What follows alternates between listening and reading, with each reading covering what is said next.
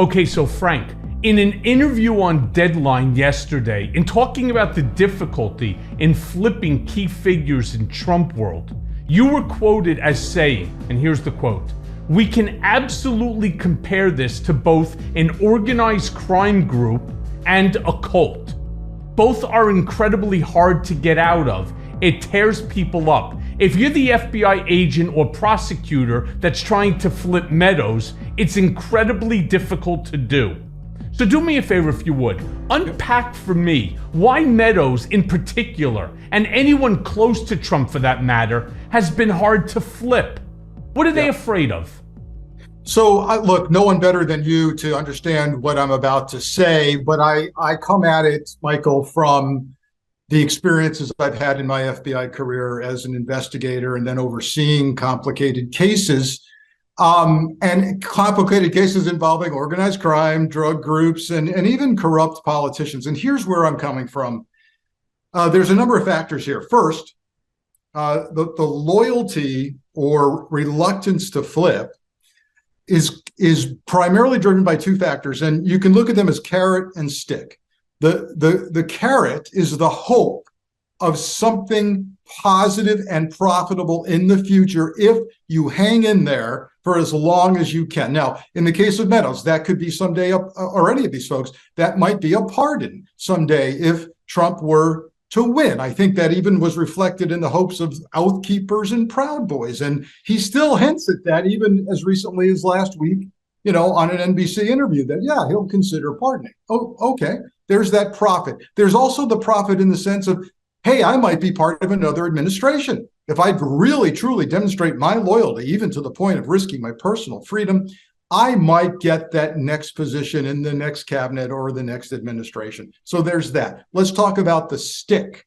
The fear is very palpable and real. Fear of alienation from your peer group, your MAGA peer group. No one's going to talk to you again. It's kind of like, Alan Dershowitz up at Martha's Vineyard, who now frequently complains no one invites him to brunch anymore because, it's that kind of thing. You're not going to get invited to anything anymore. There's that great fear of being the wrath of the MAGA peer group is very, very real. So you now imagine being that agent or prosecutor that has to come in and try to convince you to do the right thing, play for Team America and Team Democracy. But the problem is with people in Trump's circle, this is what I see at this level and this point in time, is their identity has become wrapped up in Trump. And very often, I will say, when you look at some of these folks, Michael, who got into the cabinet or in the chief of staff position, you're frequently looking at people who really, I kid you not, I don't think they could get gainful employment elsewhere. Who am I talking about? I'm talking about everybody from the Chad Wolf at DHS. You think that man's qualified to have been a cabinet secretary at the Department of Homeland Security? How about Richard Grenell as the DNI? I can go on and on and on. The guy who authored his horrible "let's separate the parents from kids at the border" policy. And then look at the people who actually were qualified and had good jobs. I keep thinking about Rex Tillerson imagine the CEO of ExxonMobil, the global power of that, one of the largest, most successful companies in the world, who simply says, I want to serve in the public service, right? How long does he last? A good, strong, qualified guy. He doesn't last. Why? Because he says, I got a life. I got other things to do. I can go sit on boards and I don't need this aggravation. Same people, who left the DOD and other positions saying, I don't need this. But when your identity is solely wrapped up in your affiliation with Trump and you've got nothing else, imagine trying to split that guy away and get him to flip. Yeah, it's difficult, but it's funny because you said that Trump was hinting to pardons, when he was on television and talking about Oath Keepers and Proud Boys and others that have gotten, as he said, unjustly prosecuted by a lunatic prosecutor under the request of the Bidens. And so, which there's like 5 lies in that 7-word sentence. But I want to bring back to you something that I have been saying from literally almost day number 1, that Trump talks in code. He's not going to come right out and say on national television, hey, Oath Keepers, you stay true to me, right? Your leader. And when I become your leader again, this time I will make sure that you're all pardoned. These 21, 22-year sentences, 18-year sentences, they will be commuted. I will pardon everybody and so on, because this whole thing is unjust. This is, again, part of Trump's code of speech, right? He's calling for omerta, since we're going to talk about mobsters, right? Code of silence. For what? He doesn't want these people turning on him. You take your lumps, like Roger Stone, like Steve Bannon, and I will ultimately pardon you as well. He's telling people quietly but loudly that you go ahead and you stay on my message. You stay true and loyal to me, and this is what you're going to get down the road when I become president again. Right. As you said, it's a definite maybe.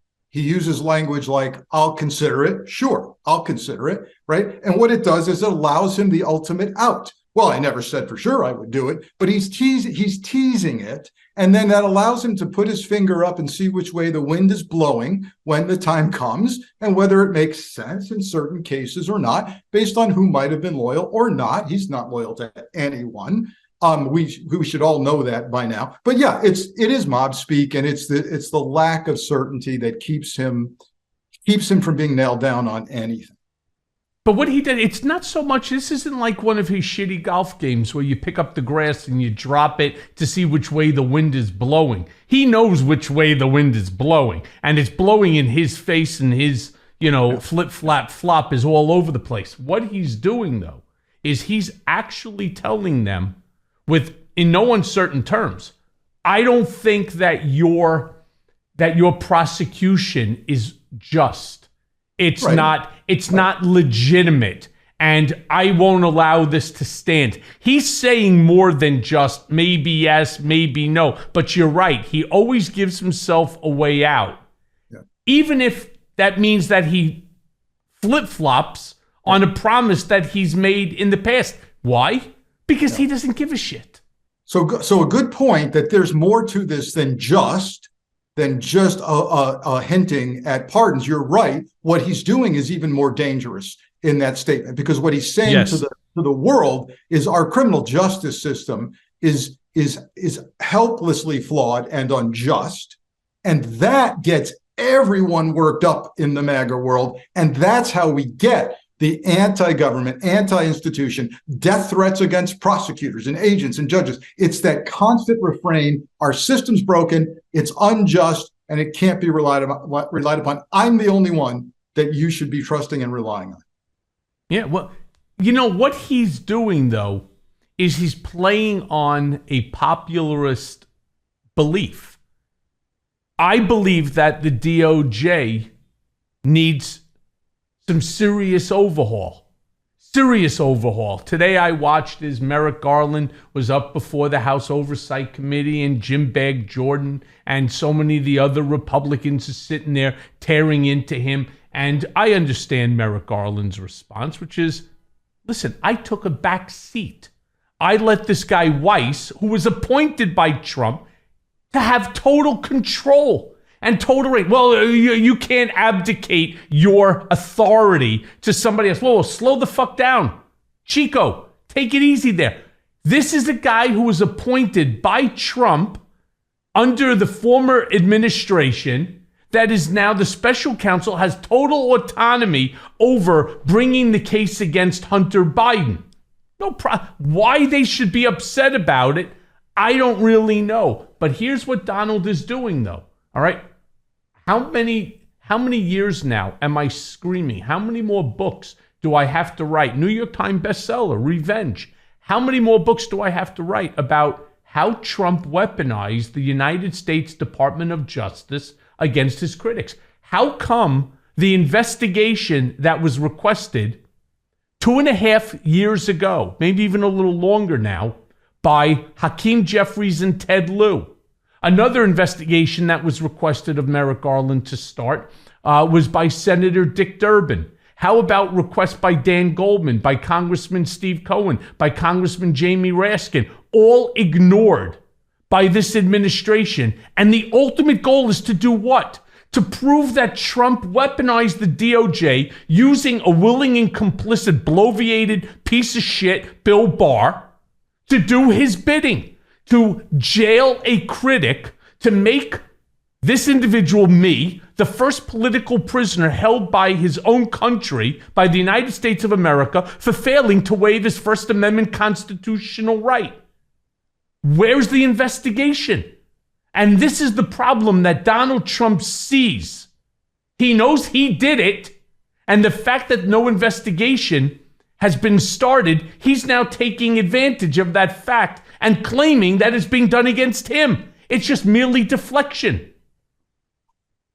The ultimate irony is that Jordan's weaponization of government subcommittee is weaponizing government. It is the ultimate weaponization of government, and it continues. It continues even today with the judiciary testimony of Garland, as you said, the public bashing, death by 1,000 cuts of key institutions, key roles. And yes, of course, Garland is boxed in. Yeah, I did cede my authority because that is the ultimate definition of a special counsel. That's why we have special counsels. So you can't claim that I'm making politically driven prosecutive decisions. Oh, so you admit you had nothing to do with these decisions.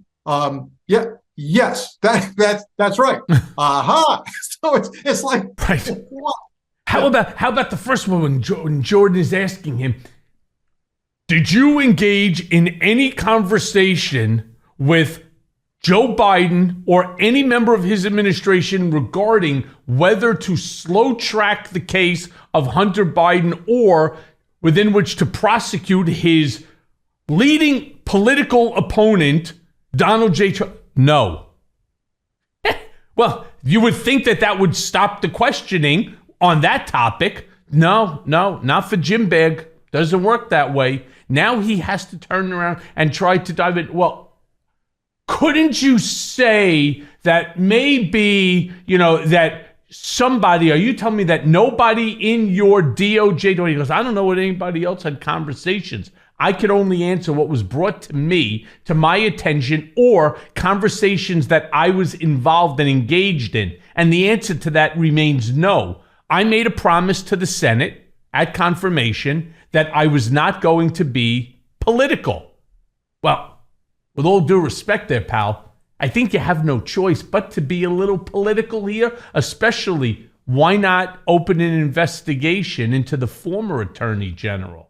And why don't you see what he has done? Why don't you see what a U.S. attorney, Jeffrey Berman, acknowledged and wrote about in his book, whereby he states that the administration, the Trump administration, and Bill Barr and his office contacted him a multitude of times to discuss the case that was being brought against me, and hoping or asking them to withdraw some of the charges that they were bringing against me that included Trump. That's wild shit.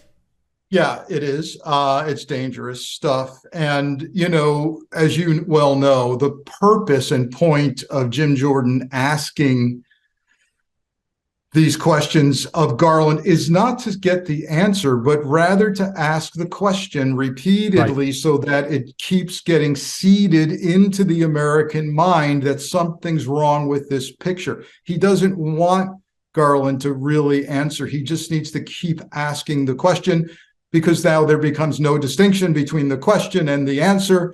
It's much like the age-old problem of the question of, when did you stop beating your wife? There is no answer to that question, because as soon as you're publicly denying a hellacious allegation, you've lost. because the allegation is what lingers in the American mind, right? And that's Right. where we are with this committee. Yeah. Well, so let me move on and then just ask you this as a follow-up, because with some of the figures, it's almost inexplicable how they continue to stand by the former president, right? In your mind, do you think that Trump has files of compromise on these people that keep them in line? Or do you think that there's some other reason? You know, a lot of people have always said to me, did you used to keep files like the way J. Edgar Hoover used to keep files on individuals in order to keep them in line? Do you think that's what Trump did? You know, that's why these people are staying as close and as loyal to him as they are? So a couple of thoughts there. One, this goes right back to our first discussion here and your first question, which is that carrot and stick problem of loyalty, right? Fear, also driven by hope of profit, personal and otherwise. That's a huge component. But yes, do I think that compromise of some kind is a part of the decision-making for some of the people? I do. I think it's his standard of how he conducts himself. But I want to go even further, since you're talking to a counterintelligence guy, right?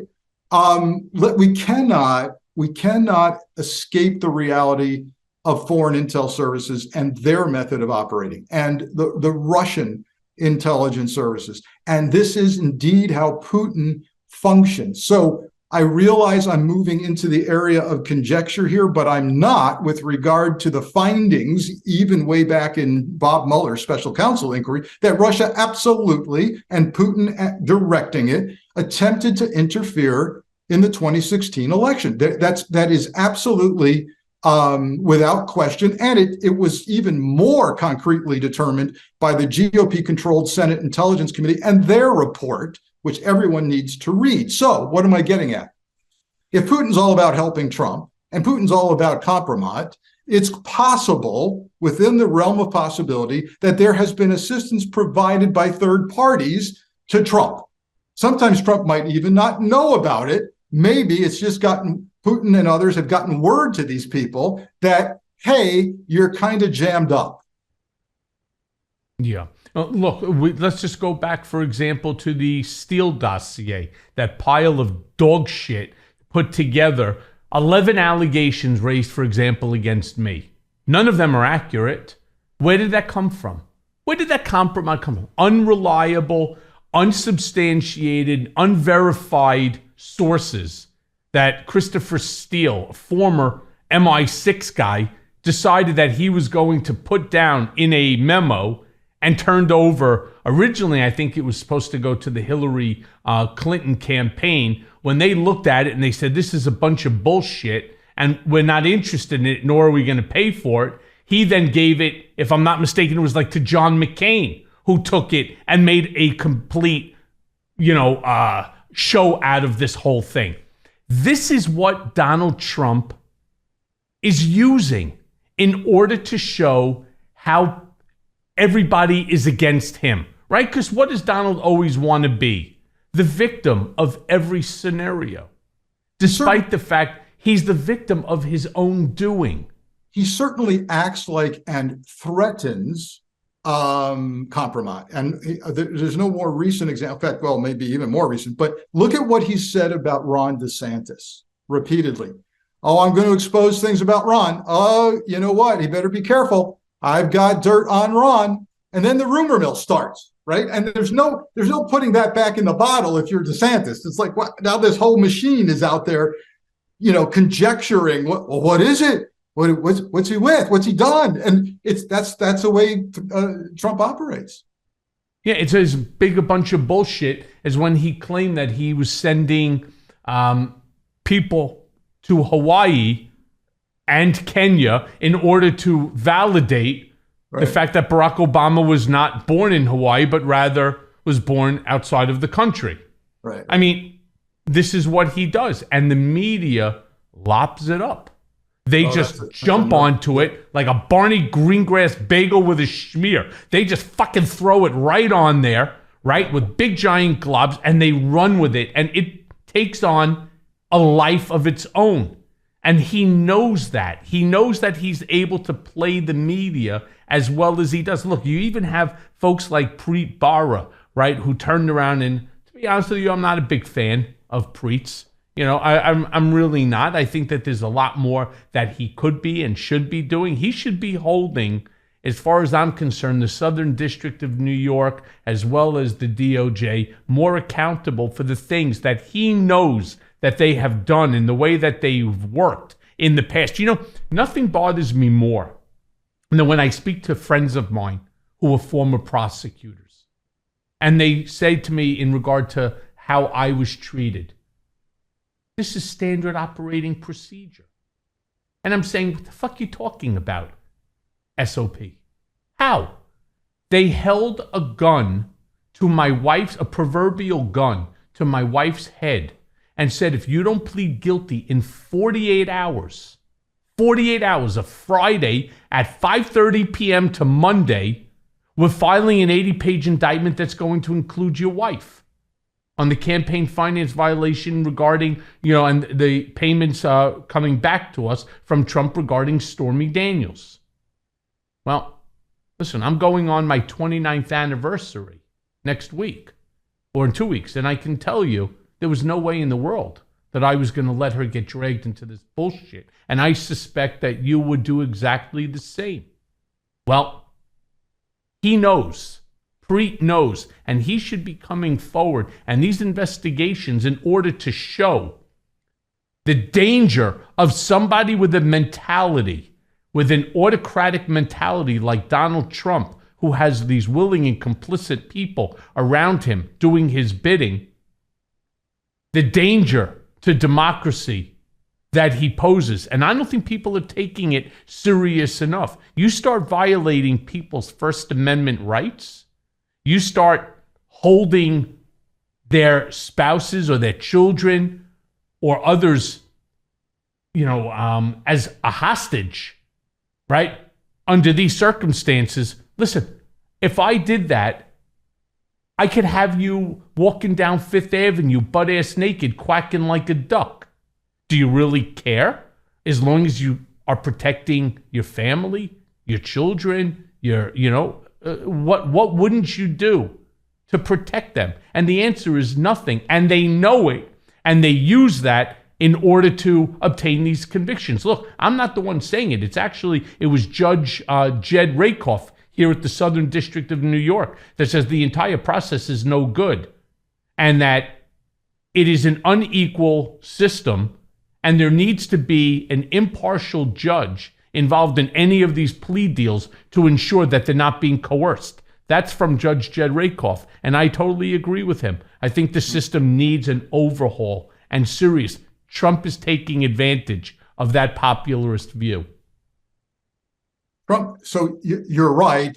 Under Bill Barr, Jeff Sessions, the Trump DOJ was abusive and took, for years, we've assumed certain things about our system, right? That essentially it would be populated by people operating in good faith who would try to do the right thing most of the time. And therefore, we didn't need to proscribe chapter and verse of everything that had to take place, like you're suggesting now. Interestingly, your friend suggested, involving perhaps judges or magistrates in certain plea deals and decision making.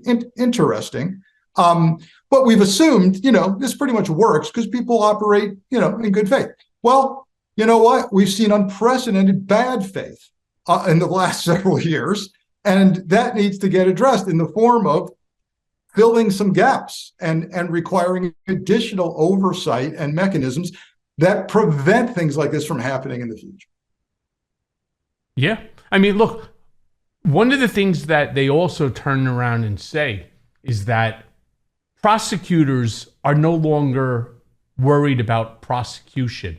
They're worried about conviction. That's all that they care about. And the first thing that they tell you when you fall into the system, I have a 98% conviction rate. If you think that you're going to be part of that 2%, Oh, by the way, let me just tell you that we're going to hit you with this, we're going to hit you with that, we're going to hit you with forfeiture, we're going to hit you with this fee and that fee, and if you don't plead guilty, we're going to give you a 3 or a 5 point increase, which could extend the term of your incarceration by another 10 years. Right? These are the things that guys like Tom McKay or Nick Roos or Andrea Griswold or any of the other prosecutors that were on the line regarding my case. Where do they all go? Well, you got McKay goes to Morvillo. You got the other one goes to McDermott, Will and Emery. You got, what's his name? Jeffrey Berman goes to another big firm. Another guy goes to, Robert Kazami goes off to one of the gigantic hedge funds, making 7 figures plus a year. They're not competent. They're not qualified. These are people that hold all the power over you. And no different than a hostage crisis or a hostage situation. It is the hostage taker that has all the power, because just as soon as they see themselves losing the argument, they change the rules. They go ahead, they change the rules. They have unlimited power, unlimited access, unlimited, employees, within which, and they hold all the cards because they change the rules on you as soon as they see they're losing. So let me acknowledge and tell you, I hear what you're saying. I am going to have to give my perspective on this, lest all our listeners think the entire federal judicial system the prosecutive system is corrupt. It's not. It's populated largely by career prosecutors, many of whom are friends of mine and I worked with for 25 years. The conviction rates you're talking about, yes, those are particularly true at the federal level. It's unbelievable, almost really incredulous when you read the stats. 98%. If the people who throw the dice and decide to go to trial, they lose in huge numbers. Very few people decide to do that. The vast majority plead out. And so I like to think, here's just my perspective, where I come from, that a lot of those numbers come from overwhelming investigative evidence. In other words, unlike a DA's office in, pick your place in America, that has extremely limited resources and has to push through an ungodly number of prosecutions a week, right? I mean, the trials of an ADA in a big city are really depressing. Not unheard of to have 3 trials a week for an assistant DA in a big city. Ridiculous, right? But change it to the feds. Now you've got FBI, ATF, DEA, postal inspectors, I can keep going, all with really trained, skilled investigators and prosecutors who don't have to push anything. They're going to pick and choose the case that's wrapped up in a bow. And that is daunting when you present that to defense counsel and say, here's the wiretaps, the undercover agents, and the informants, right? And, have a nice day. And so you get these pleas in huge numbers. So I come at it slightly differently, but I understand where you're coming from. Well, all right, let me move on then, because we could sit and talk about this, ad infinitum. But I want to go back to when Trump cryptically says things, right? As I was saying, he talks in code. But what about when Trump cryptically says about Mark Meadows, and I'm going to quote Trump here, he hopes he remains loyal to him. What do you think he's really saying between the lines? I obviously know the answer, and I'm going to chime in, but I'm curious, from your background, as an FBI guy, what do you think he's really saying here? I am going to rely on my FBI background, because if you think we've heard this before, you're right. We've heard it before with regard to FBI Director Jim Comey, who, was now infamously called to the White House for what he thought was some kind of group dinner. It turned out to be him and Trump in a room, and Trump asking for loyalty if Comey wanted to remain FBI director, and Comey choosing to not directly answer the question, rather saying, I'll remain true to the Constitution or something like that. And ultimately what happened shortly thereafter, Comey, of course, was fired, in part because failing the loyalty test, and in part, of course, continuing the Russia investigation. So we've seen the loyalty test before, and now we're seeing it in the form of essentially what I'll call witness tampering or intimidation. Without a doubt, what Trump is doing is sending the not so subtle message that you better remain loyal to me or you are going to face the consequences of that. It's a problem out there. And the consequences aren't just worrying about these MAGA lunatics that are willing to do his bidding. I just want to reference, he sued me in the Southern District of Miami for $500 million, $500 million, because he's claiming that I gave information about him that I shouldn't have, or that was negative to him, that harmed his reputation, as if I could harm his reputation worse than he could harm his own, right? These are the things that he does. So Mark Meadows, if you want a $500 million lawsuit against you, and by the way, he brought that case not just against Mark Meadows, right? Or to warn Mark Meadows. It's basically to warn anyone and everyone considering providing any information to law enforcement against him.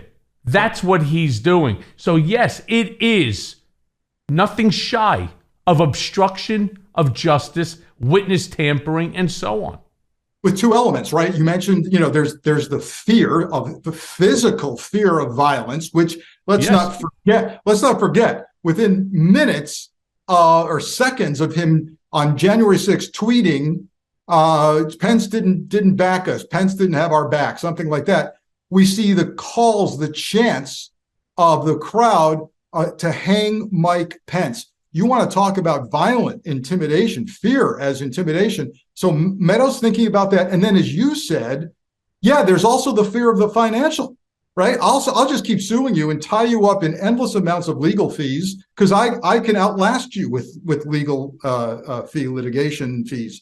He's doing it in the last 24 hours. I learned, maybe you knew this, I did not. He's suing the state court judge in New York that's presiding over the Letitia James case. Judge Engoron, yes. Yes, he's suing the judge. And so he's trying to create his own conflict, which, by the way, the law and precedent says you can't claim a conflict what you created. But what he's going to do is say, this judge can't possibly be fair and neutral because I'm suing him. Yes, you decided to sue him and created the conflict. Yeah.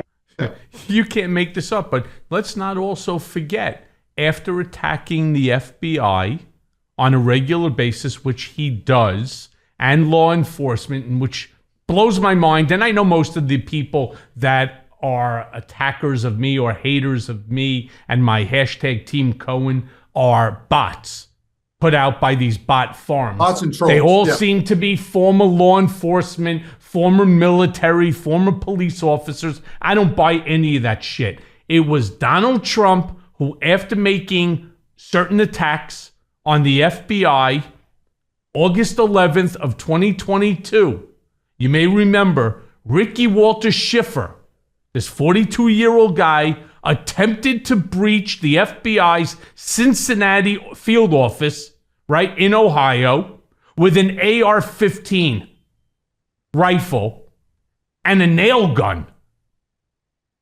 This was done, why? Because Trump incited it, plain and simple. And for whatever his MAGA reasoning for doing it, and whatever the reason that the MAGA supporters refuse to acknowledge that this attack on an FBI field, could you imagine how stupid you have to be? It's like walking in. I don't give a fuck if you have an AR-15 and you have a nail gun. You're walking into an FBI field office where every single member of the FBI is armed to the teeth, with not one, but probably a backup piece on them as well. How far did you think you were going to get? The answer is he didn't care. He wanted to die because he was serving the master. So that didn't care part. So yes, indeed. First, investigators concluded that that guy was absolutely driven by the execution of the search warrant at Mar-a-Lago by the FBI. That's what triggered him. But months, if not years, of social media posts indicating that he was over the edge with MAGA nonsense. But that part you just said, he did not care. He did not care about his personal survival and well-being. That scares the hell out of me, because where have I seen that in my career? International terrorism, right? The concept of martyrdom, violent jihad, a future in paradise. And we're seeing it now in the form, even more recently, of the guy in Provo, Utah, Craig Richardson, who the FBI came to arrest for threatening to kill Joe Biden, Alvin Bragg, even FBI agents who were investigating him, and decided, knowing this is going to end very badly for him, reportedly, NBC News and other platforms saying he swung a weapon toward, despite all the commands and attempts at negotiation, he swung a weapon toward the agents. That's the end of your day. He doesn't care, because it's a sense of martyrdom that has now been implanted in people. So yeah, we're in a highly, highly dangerous threat environment right now. Well, I mean, didn't Trump do the same thing with Ashley Babbitt, making her into a martyr, right? And so on. This is all of a sudden, this is Capitol Police, this is FBI, this is the Biden law enforcement. That, I mean, the whole thing is just absurd. And worse than absurd, Frank, if I could quote you on it, it's dangerous. That's what this is. This is dangerous. Look, we may discuss this further if you wish, but a study came out in July from the University of Chicago, right, that found, this is startling, well over 12 million Americans said they agree that the use of force might be necessary to restore Donald Trump to the Oval Office. Wow. Okay, so here we are with that environment. I merely posted on my YouTube channel and in other places the results of that survey, and I got threats just because I talked about the survey. And the response was from these folks was, oh, there's more than 12 million of us. Oh, you better add me to that bunch, because this isn't a fight just for Donald Trump. This is a fight for the future of America. So they bought it hook, line, and sinker. And again, in international terrorism, my training is, when you find somebody willing to die for their cause, you've got a force to be reckoned with. And here the cause is not democracy or America. It is indeed a political party led by a cult leader. For sure. So in watching this case in Georgia, right, and the other federal cases against Trump for election subversion, do you think that Meadows is the most important witness that they can get against Trump? Also, other than Meadows, who else are you watching that you think could flip? And then what impact do you think that any of that will have on any of these trials? So, we sometimes say in the intelligence community that we don't know what we don't know. So there could theoretically be someone out there who has incredible amounts of damning information that we're simply not yet fully aware of. However, going on just what we know, yes, Mark Meadows is absolutely at or near the top of the list of people who could do Trump in prosecutively. There's no question about that, because of his proximity, his knowledge in, being in the room, as they say, and this really mixed hybrid role that a chief of staff plays. So, I'm not among the people saying that it's totally ludicrous for Meadows to have attempted to claim that this was part of his duties, right? Yes, of course I saw it was destined for failure, but the mixed nature of being chief of staff puts you in this weird role where you're doing a couple of things at once, maybe 4 or 5 things. You've got this campaign going on that you're not supposed to really get involved with when you have your government official hat on, but it bleeds over. So why am I saying this? He knows a lot from the 2 hats and maybe 3 or 4 illegal hats that he was wearing, clearly. But also I've got my eyes focused on the guy that's still his body man, still walking around with Trump everywhere. Walter Nada. Thank you, Walter Nada. You want to talk about proximity and knowing everything and at least hearing everything. That guy has got to be the focus of tremendous attention by investigators and prosecutors. And then, of course, even more recently, we've got this kind of revelation regarding the secretary, Molly, right? Boy, the admin, or whatever we want to call her, in my history of investigations, you want to know things, you go straight to that admin, that secretary, and we've got to stay tuned with her. She's going to do damage. She already has, with regard to her revelation that she'd get to-do lists, taskings that were written by Trump handwritten by Trump on the back of classified documents. So, yeah, this is going to be interesting. Yeah, I mean, how fucking stupid do you have to be? You can't find a piece of paper? It's scrap paper. You're going to write it? It's scrap paper.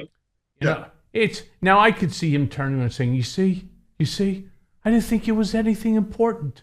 So I wrote a to-do list on the back of it. Bullshit. It's like he doesn't have the ability to think past his nose. He knew exactly what he was taking, and he wanted to take it. The question, of course, becomes not what he took, but who he showed it to, who he discussed the content of that. You really want to talk about placing the United States' national security in jeopardy? Right then and there, in that office at Trump, in that toilet at Trump Mar-a-Lago, that is the national security of the United States of America at risk by a guy who doesn't give two shits about anyone or anything other than himself. As far as he's concerned, if the United States got attacked, that's great. Just don't do it on my property. That's it. Yeah. I don't care. If you want to get a sense of that, if people think we're exaggerating that threat, let's not forget that we have found foreign nationals, even people tied to China and their government, traipsing around at Mar-a-Lago, attempting to penetrate, some of them still unresolved investigations. And then look at Jack Smith's filings, where he shoots a rough estimate in there about the thousands of people who routinely traipse through Mar-a-Lago as part of wedding receptions, bar mitzvahs, blah, blah, blah, just hanging out, playing golf, that just walk in and out of there. It's in the thousands on a regular basis. And if you think that material wasn't compromised, you're crazy. Yeah, I agree with you. But you recently, Frank, wrote that Trump remains a clear and present danger to the rule of law and the judicial process based on Jack Smith asking Judge Chutkan for a limited gag order on Donald. So if you would, unpack for me what Trump is doing and how Jack Smith can stop him vis-a-vis the judge. So, yeah, that's a hard one. But what he's doing, let's look at it from a macro level and then a micro level. On a macro level, it's the continued attempts to death by 1,000 cuts of our key institutions and the rule of law. He's convincing people more than ever that they can never accept the findings of an investigation or a prosecution or a judge. And once you've done that, once you've destroyed Americans' reliance on the credibility of the system, it is all hell can break loose. So he's been doing that his entire tenure as president and continues, and that worries me tremendously about the future of the democracy, at least as we know it. I think we're moving toward a democracy that eventually will not look like the democracy you and I grew up under. Secondly, let's go to the micro level. The threats, the intimidation factor, the constant barrage of derogatory, demeaning comments against the judge, the prosecutor, is ultimately going to lead to a very tough voir dire, the ability to pick a jury that already we hear in January 6 cases of the people who breached security on January 6th at the Capitol. We hear stories of jurors asking the judge in those unrelated cases, right?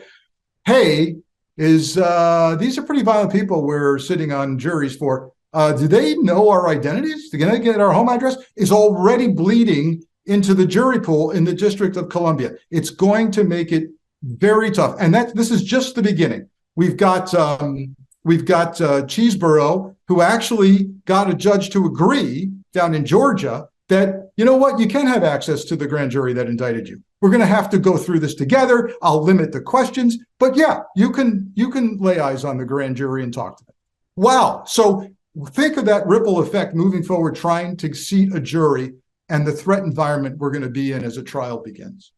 Because we've never had a situation where there's so much anger over a specific case, over a specific individual, right? We've never seen this before, where people are willing to give up their lives, that people are willing to do things that are, just morally reprehensible, all in the name of protecting someone who doesn't give a shit about them. I mean, I think it's truly amazing. But, one of the things that I constantly hear from pundits on television, and you have sat on panels and listened to the same people saying it, if Donald does this, I mean, I've been on the MSNBC, CNN circuit, on this topic just way too long. Well, if Donald doesn't stop, Judge Chutkan can easily hold him in contempt, right? And so on. And I said, fuck you, bullshit. No matter what you want to say, Donald Trump is never going to be jailed for contempt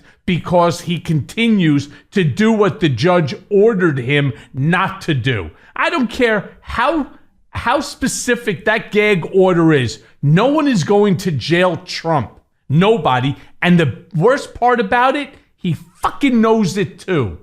That's the biggest problem. He knows that it's a bullshit bluster, and the fact that they're now challenging him.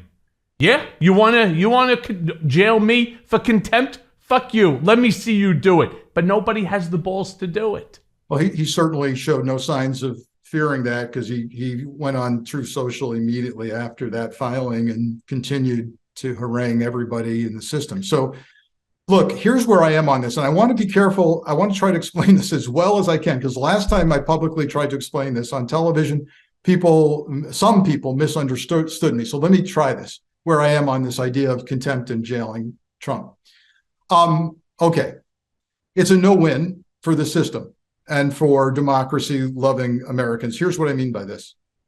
Yes, I think it's going to be very, very difficult for a judge like Chutkan to do this. I think he'll get warnings, double, triple, quadruple warnings and admonishments, because I do get the fact that we're dealing for the first time in our history with a man who is running for president while he's 4 times indicted. I get the subtleties there, man. We've got to be careful about the future of jailing people who are running for office in the future, who may or may not be the victims of political attacks and weaponization of the system. So you're going to see him coddled and treated, and people will be up in arms about this. They'll say, Judge Chutkan, why the 3rd warning? Why the 4th warning? Because we've got these issues. Now, let's say, for the sake of argument, that she goes ahead and has had enough, and it's getting very dangerous. And she goes, you know what? You've been warned and rewarned, and you're ratcheting up the danger.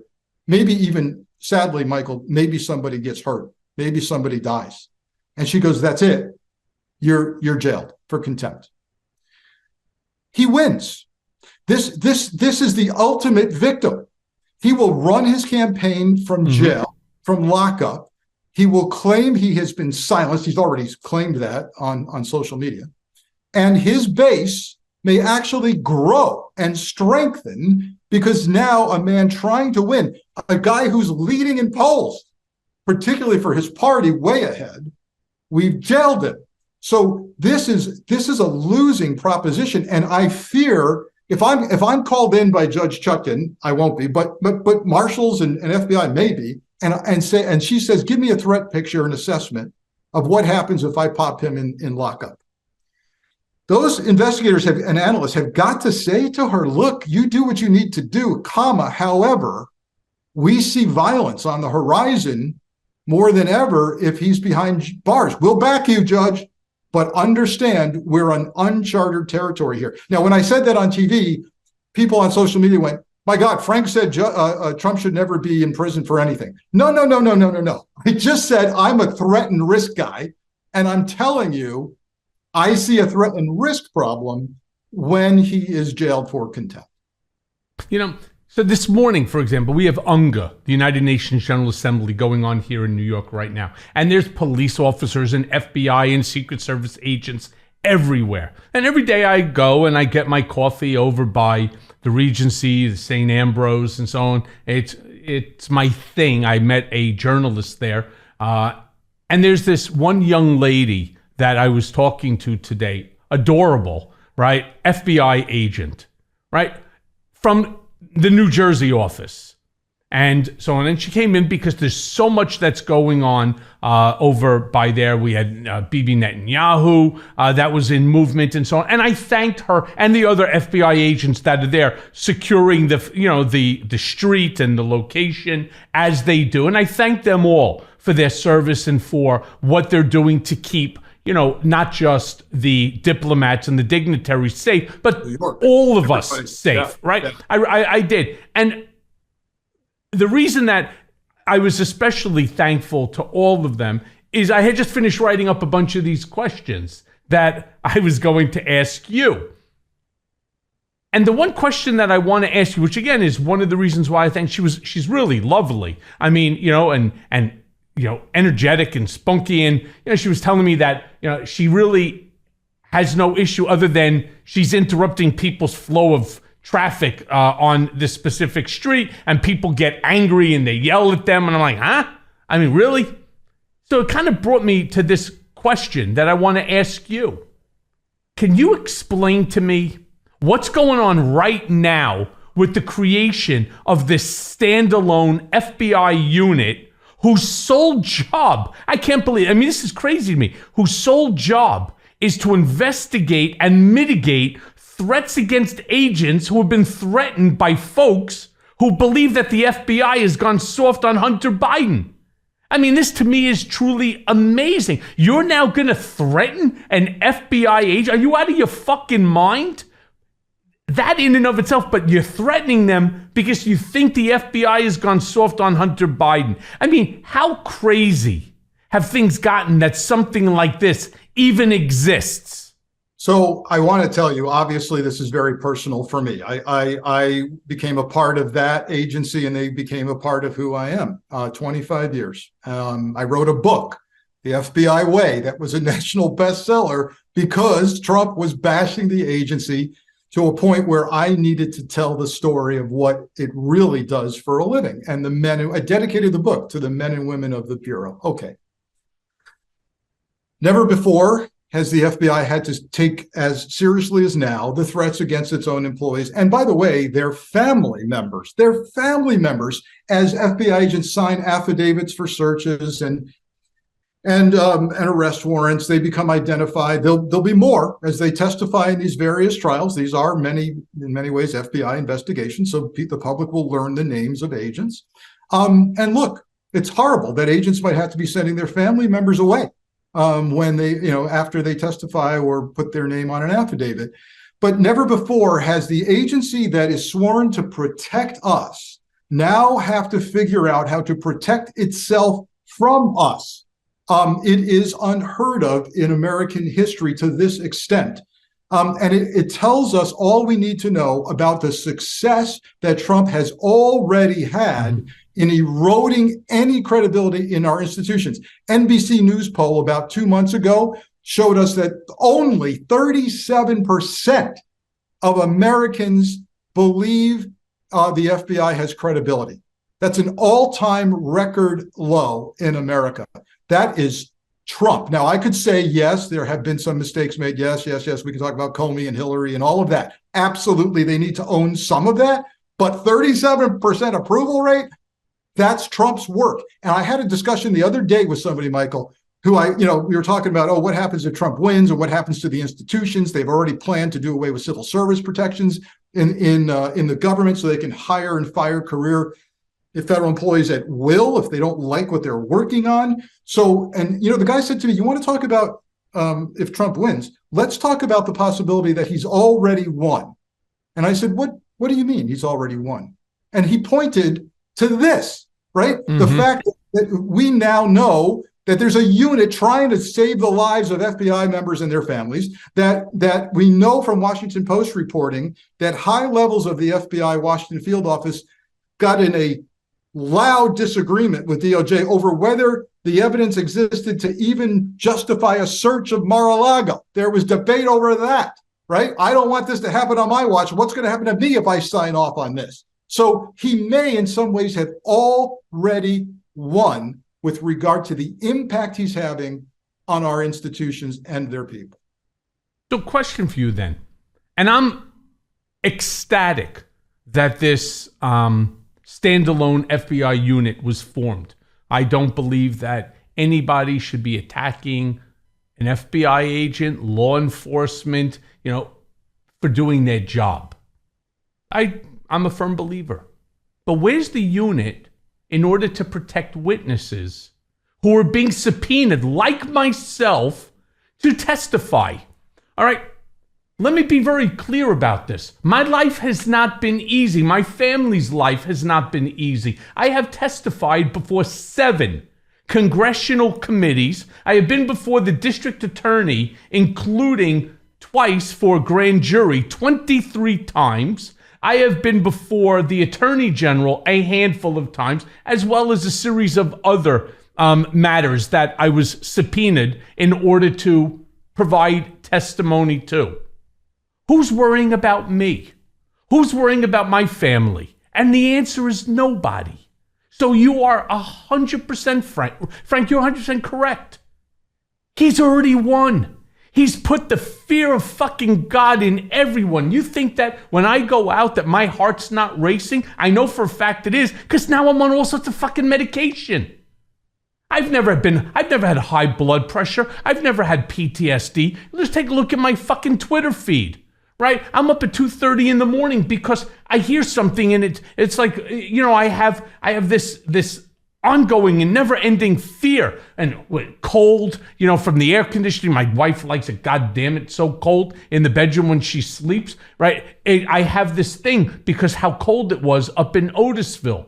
It was insanely cold, and the doors didn't close. There was gaps. There was a Butler building with no insulation. It was 40 degrees on my bed during the winter. I have trigger issues, and with my feet get cold, it just triggers me to wake up. My point is, who's worrying about the people who are being subpoenaed to come in and to testify? And unlike the people like Mark Meadows or the Steve Bannons or the Jim Jordans, I'm not ignoring subpoenas.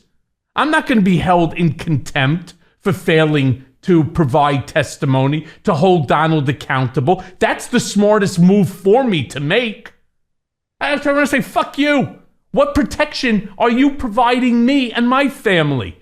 Do I need to become a martyr for your cause because you want me to be on the stand? This isn't a joke. So I'm ecstatic that they have the standalone unit for people who are carrying multiple firearms and are significantly trained. But what about the rest of us assholes? Where is our unit?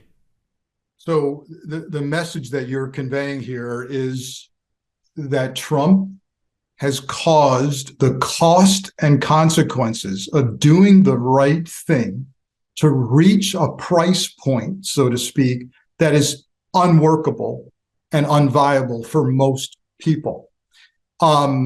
And what really concerns me, and again, feeling tremendous empathy for what you and your family particularly have gone through and the sacrifice of having chosen to do what's right. What concerns me moving forward is what we've been talking about, which was how do you secure witnesses? And what's coming? What's coming is hellacious trials, right? State and federal. How do you secure the prosecutors? Do they all get guns? Do they all get training? The judges have U.S. Marshals. Are they going to get round the clock, door-to-door security? Maybe they already have. How about the jurors? Our neighbors, our friends who are going to get called to jury duty, not knowing that they're responding to a jury duty summons that puts them in jeopardy and their families. Can you prevent them from getting followed home and identified? You have an open courtroom in Georgia with the media there and a television feed. Yes, they won't be on camera, but what steps are going to be taken? And really, what kind of law enforcement resources is all of this going to mean and require and cost you and me as taxpayers for an extended period of time? A protracted high-risk threat environment is extremely expensive to mitigate. Yeah, look, it's when you're the one that, people are threatening you and your family, you don't really care about the cost. Fuck it. The government, the cost is less than one missile that we're sending over, to, foreign countries or what we're doing there. Yeah, I'm worried about myself. And, I don't need my family to turn around and to go down in the history books, to be very honest with you, so that Trump is held accountable and hopefully that democracy prevails. But Frank, look, the hour goes by quickly. I have one more question because it goes right to the same topic here. Because you have people like Matt Gaetz, Congressman Matt Gaetz of Florida, who are warning of bloodshed from Trump's supporters as a direct result of all of this that's going on right now in Trump land. Yeah. Do you as a former and a knowledgeable FBI guy, a guy who's done this sort of stuff for how many years? 4 decades, right? You take these threats seriously from an ass clown like Matt, right? Or does the mere fact that he says shit like this, is it just normalizing the violence for the people that are going to go out and commit it? So we better so the answer is yes, I take it seriously. And yes, it's normalizing violence. And we better not become numb to it. This gets into this earlier question we talked about, which was, whether Trump ever gets held in contempt. What we're going to increasingly see, Michael, is the use of proxies or surrogates like Matt Gaetz. We saw him, 3 or 4 weeks ago at the Iowa State Fair with Trump standing alongside him. Trump simply quiet but nodding his head in affirmation as Gaetz says to the crowd, only by use of force will we make change happen in Washington, right? And then he doesn't quote it down after that. You just quoted a subsequent line where he talks about bloodshed in America. Yes. And, you may think, well, people are walking away from this. No, I remind you of the University of Chicago study, over 12 million people fined with violence to get Trump back into office. And I keep telling people, law enforcement has to get it right every single day. A single lone actor, violent intentions, only has to get it right once. That's right. Well, look, Frank, thank you so much for, again, joining me on Mea Culpa. There's so much that we could talk for days upon days and still be as confused as when we start the conversation. I can't believe that this is what has become of America. I can't believe that this is what a former president, normally the former president drifts off into the sunset like a Jimmy Carter, helping to build habitats for humanity. You have Barack Obama and George Bush, along with Bill Clinton, doing God's work, going out there and, interceding in all sorts of, important civil rights type issues. Instead, we have this other former president who's out there calling for death and destruction and damage and rewriting the Constitution. And I'm so saddened for America. I can't believe this is really where we're at, but can't thank you enough for joining me today. Try to shed some light to my listeners on this because your voice is so desperate and it's so desperately needed. So for that, I thank you. Michael, thanks for the discussion. It's an important one. And let's remember, the cost and consequences of doing the right thing should not stop any of us from doing what's right. Thank you, Frank. Appreciate you, my brother.